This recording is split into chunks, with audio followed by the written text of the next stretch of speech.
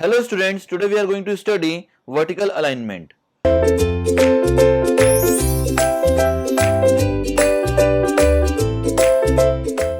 Now vertical alignment is subdivided into two parts. First one is gradient and the next one is vertical curve. Now gradient is further subdivided into four parts, that is ruling gradient, limiting gradient, exceptional gradient and minimum gradient. Similarly, vertical curve is also subdivided into two parts, that is summit curve and the valley curve. Now what do you mean by gradient? Gradient is the rise or fall of road along longitudinal direction. Now it is generally having two types. First one is rising gradient or positive gradient and the next one is falling or negative gradient. Now rising gradient is shown here when there will be positive slope like this, then it is known as positive gradient or rising gradient, and it will be equals to tan theta, which will be equals to perpendicular upon base, that is s upon 100. So gradient will be equals to s%. Similarly, for falling or descending or negative gradient, there will be minus s because the vehicle will move in the downward direction. So tan theta will be equals to minus s upon 100, which will be equals to minus s%. So the gradient is negative in the falling or descending gradient. Now the first gradient is ruling gradient. What do you mean by ruling gradient? It is the maximum gradient which a designer wants to provide to the vertical profile of road. Generally it is given by the designer only. It is also known as design gradient. It depends upon topography, design speed and cost of construction. Now the next gradient is the limiting gradient. It is steeper than ruling gradient and is provided only when cost of construction by ruling gradient is high as compared to the cost of construction by limiting gradient. It means that we will provide limiting gradient in case when the cost of construction by ruling gradient is very high, so we will provide limiting gradient there. But we never compromise with the pulling power of the vehicle. It means that the gradient will always be less than the pulling power of the vehicle, otherwise vehicle will not travel along that gradient. Now the next is the exceptional gradient. It is steeper than above two gradients and it is provided when situation is unavoidable. It should not be provided for length more than 100 meter. It means that when the situation is unavoidable and we have to connect the two vertical points by a steeper gradient, then we have to provide the exceptional gradient. And it should not be provided for length more than 100 meter. Now the next is the minimum gradient. Minimum gradient is provided for drainage purpose in order to allow gravity flow of water inside the drainage system. It means that the minimum gradient is only provided for the drainage purpose. As per Indian Road Congress, for concrete drain system, minimum gradient is 1 in 500 and for open soil drain, minimum gradient is 1 in 200. Minimum gradient will be less than ruling gradient and ruling gradient will be less than limiting gradient and limiting gradient will be less than exceptional gradient, and all the gradients will be less than pulling power of the vehicle. Now in this table we had written the gradient as per the Indian Road Congress for different types of terrain. For rolling and plain terrain, ruling gradient is 3.3%, limiting gradient is 5% and exceptional gradient is 6.7%. Similarly, for mountainous and steep terrain, when elevation is greater than 3000 meter above mean sea level, then ruling gradient will be 5%, limiting gradient 6% and exceptional gradient 7%. And for mountainous and steep terrain case, when the elevation is up to 3000 meter above MSL, then ruling gradient will be 6%, limiting gradient will be 7% and exceptional gradient will be 8%. Now one note is written here that at higher elevation lesser gradient is provided, which is shown here, that is at higher elevation lesser gradient is provided because availability of oxygen is less, due to which less fuel burn and it reduces the pulling power of vehicle. So if the availability of oxygen is very less at very high altitude, then it reduces the pulling power of the vehicle. So to counteract this effect, we have to reduce the gradient at higher elevation. Now the next will be the gradient compensation. When there is horizontal curve in addition to the gradient, there will be increased in resistance to tractive force due to curve and gradient. It means that when there is a horizontal curve in addition to the gradient, then it will reduce the pulling power of the vehicle because it will provide resistance to the tractive forces. In this case, IRC suggested to compensate the grade so that pulling power of vehicle should not be compromised. Now grade compensation will be equals to 30 plus r upon r, where r is the radius of the curve. Maximum grade compensation will be equals to 75 upon r. Now we have to select one value which is the minimum of both these values. Okay. Now compensated gradient will be equals to the gradient which is already given in the question minus grade compensation. So grade compensation is the minimum between the grade compensation and maximum grade compensation which we had seen here. Now one note is there that as per Indian Road Congress, grade compensation is not required for gradient flatter than 4%. It means that when the gradient is flatter than 4%, then we don't require any grade compensation, and compensated gradient should not be less than 4%. It means that the minimum value of compensated gradient will be equals to 4%. Now next vertical alignment is the curve. Summit curve are vertical curve with convexity upward and concavity downward like this. It is formed by two gradient in following ways. The first one will be when an ascending gradient meets another ascending gradient like this, that is plus n1% and plus n2%. So change in gradient, that is n, will be equals to modulus n1 minus n2, which is written here.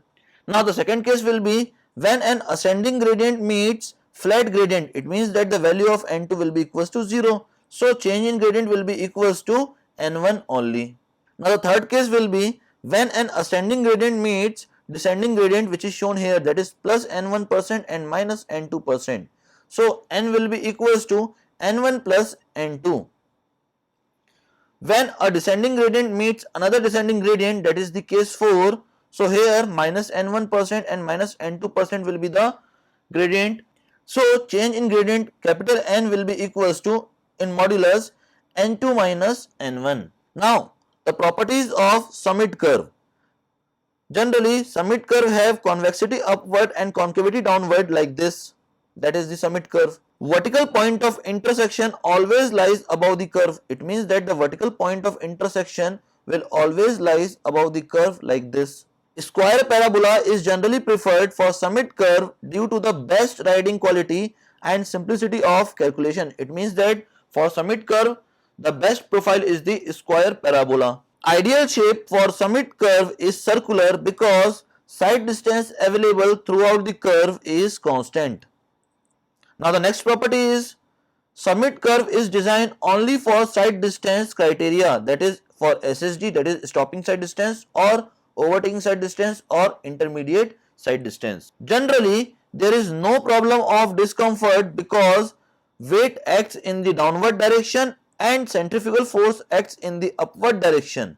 It means that when vehicle is traveling along this summit curve, then weight will be acting in this direction, that is W, and centrifugal force will be acting in this direction, that is in upward direction. A part of pressure on tire and spring of vehicle get released due to this type of force. Now we have to find the length of summit curve. The first case will be when length of summit curve is greater than side distance. It means that when the length of curve which is shown here is greater than this side distance, then length of summit curve will be equals to ns square upon 2 in bracket root capital H plus root small h whole square, where capital H is the height of driver I, small h will be the height of obstruction, capital N will be change in gradient, and S is the side distance.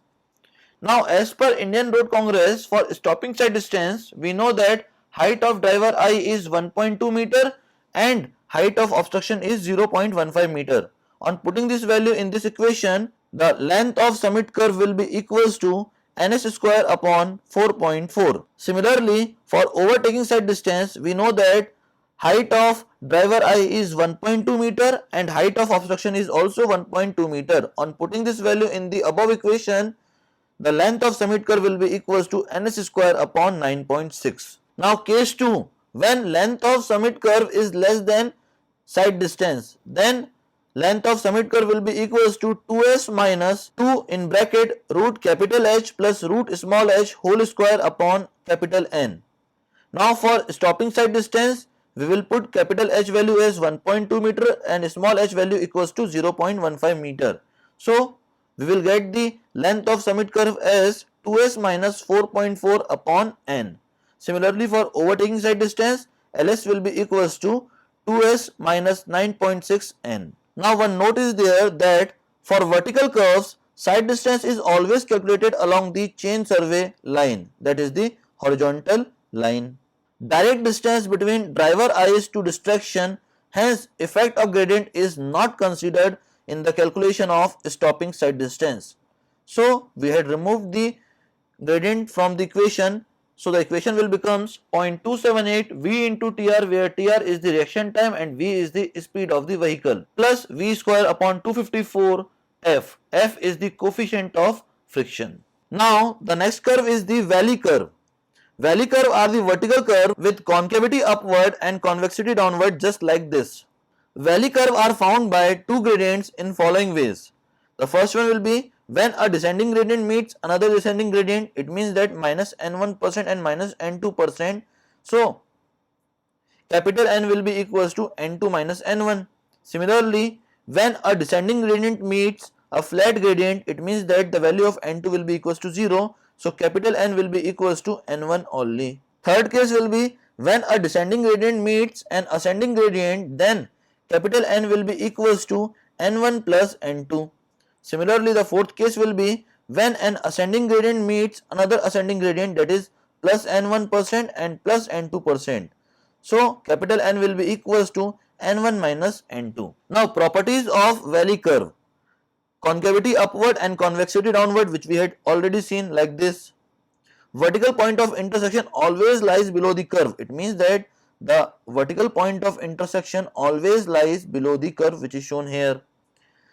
Valley curves are designed taking headlight side distance into account. Headlight side distance is the maximum distance visible through the headlight of vehicle is known as headlight side distance. For safe driving, headlight side distance is always equals to the stopping side distance. At daytime, there is no restriction to side distance, but during night, in absence of street light, the only source of visibility is headlight. Centrifugal force and weight of wheel acting downward, hence impact to the wheel to be more, which may result in jerking. Now when a vehicle is traveling along a valley curve like this, then centrifugal force and weight both will be acting in the downward direction, due to which it can cause uncomfortability to the passengers. For gradual introduction of centrifugal force, transition curve of cubic parabola shape is generally provided. Position of lower point of valley curve is given as x equals to length of valley curve, that is LV, n1 upon 2 into capital N to the power 1 by 2, where n1 is the gradient of first tangent, capital N equals to change in gradient, LV equals to length of valley curve. Length of valley curve can be determined by the following cases, that is on the basis of headlight side distance. When length of valley curve is greater than headlight side distance, then length of valley curve will be equals to ns square upon 2h plus 2s tan beta. Here capital N is the change in gradient, small h is the height of headlight, s is the headlight side distance, which is generally taken to be equal to stopping side distance, beta is the beam angle. As per Indian Road Congress, beam angle will be equals to 1 degree and small h will be equals to 0.75 meter. On putting this value in the above equation, we will have length of valley curve equals to ns square upon 1.5 plus 0.035 s. Now when length of valley curve is less than headlight side distance, then length of valley curve will be equals to 2s minus 2h plus 2s tan beta upon n. on putting the value of h equals to 0.75 meter and beta equals to 1 degree, the length of valley curve will be equals to 2s minus 1.5 plus 0.035 s upon n. Now the second criteria is as per comfort condition. So length of transition curve, we all know that it will be equals to v cube upon cr, which we had derived in the horizontal transition curve. Now for vertical curve, r equals to lt upon n. So we will put the value of r in this equation. So length of transition curve will becomes v cube upon c into lt upon n. From this we will get the value of length of transition curve as under root of nv cube upon c. Now length of valley curve is generally 2 times of length of transition curve. So we will put the length of transition curve here and length of valley curve will becomes 2 into under root of nv cube upon c, which is shown here. Now one note is written here that c is the rate of change of centrifugal acceleration as per Indian Road Congress and c should be taken as 0.6 meter per second cube. We don't use the formula for calculation of c, that is 80 upon 75 plus v, as it is valid for spiral curve only. So we will put the value of c equals to 0.6 here, and after converting the value of v from kilometer per hour to meter per second by multiplying it with 0.278, we will have the length of valley curve equals to 0.378 under root of nv cube. Now all the equations of summit curve, valley curve as per all the criteria are important as per the GATE examination point of view. That is all about the vertical alignment. Thank you, students.